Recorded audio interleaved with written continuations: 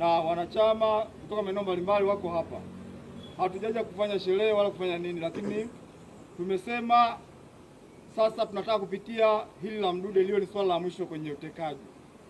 Kama wenzangu walivyosema tangu awali, jeshi la polisi ndilo lililo na Mdude mpaka sasa. Kuna fakti chache nataka niwaambie waandishi wa habari na Watanzania wengine muelewe kwamba kwa nini nasema jeshi la polisi liko na Mdude. Siku Mdude ametekwa walipewa taarifa saa 8 usiku. Kwa sababu kwa jua anakompeleka, walifika saa 4 asubuhi. Jambo la kwanza. Hiyo drain time ilikuwa ni ya nini? Leo ukiwaambia kuna maandamano ya Chadema wala hata masaa mawili hawamalizi, wanafika. Tunajua walikuwa wanajua na wao walikuwa na Mdude muda wote huo. Hiyo ni fact ya kwanza. Fact ya pili.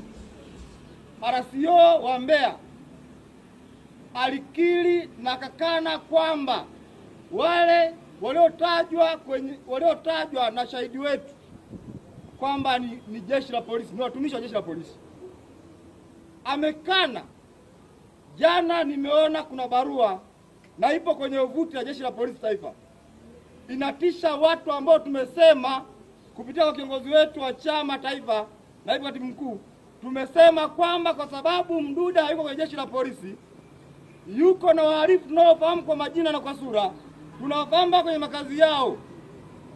Tumesema tunakwenda kumsaka Mdude kwenye majumba yao na kwa ndugu zao. Ametoa kauli ya kututisha. Si mnamuita kuzaga eh? Mimi bahati mbaya hapa mimi sio mwenyeji wa Mbeya.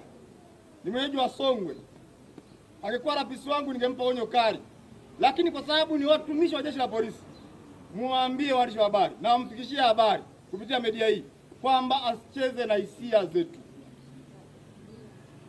Sisi sio wajinga mpaka tumekaa kufanya maombi.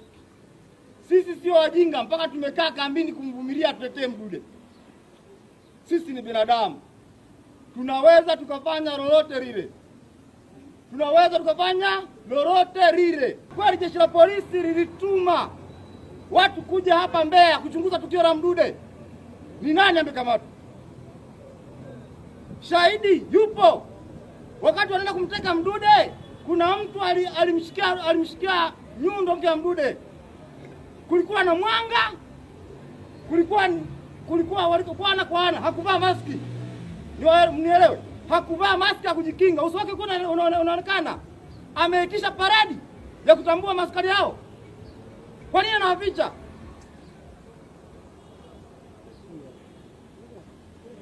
Sawa, ngoja tutai nani? Wewe unanisha picha paradi. Tutambue hawa kwamba hawa ndio watumishi wako wote. Hakuwepo. Leo wanang'ang'ana wanataka kumhoji Eze. Badala ya kumtafuta muhusika, mbona sisi tunakamatwa upelelezi wa ukamiliki? Kamata hao watu. Ofisi ya RCO, ofisi ya RPC, ofisi ya IGP. Kamata hao watu, tutakuletea mashahidi. Tunafahamu mpaka sura. Na majumbani mwao tutakwenda. Tutamtafuta Mdude, tutakuletea Mdude, tutakuletea na waliofanya uhalifu. Siwafahamu? Wafahamu sio hivi? Mkamwambia ndugu zangu waandishi wa habari, IGP, kwamba kuna itness, kuna kipindi cha mwisho cha uvumilivu. Lia kipindi kilichofikia. Mimi mwenyewe, nasema mimi, nimefikia kwenye kipindi cha mwisho cha uvumilivu. Mdude sisi ni mwanetu, amekuwa anafanya kazi, hatujamsikia akiwa mwizi siku moja. Hatujamsikia tukio lolote la uhalifu. Wala hatujamsikia kwamba ameshikwa ugoni. Tunajua jeshi la polisi ndio liko na Mdude. Kwa tuombe masaa 72 ni serious ambao naibu katibu mkuu alitoa. Na niwaombe watu kutoka majimbo mbalimbali na mikoa mbalimbali waendelee kuja Mbeya. Tutaenda kumtafuta Mdude na nyumba hizo tunazifahamu na watu hao tutawafahamu na Mdude tutamleta. Tutamleta Mdude na hao wahalifu.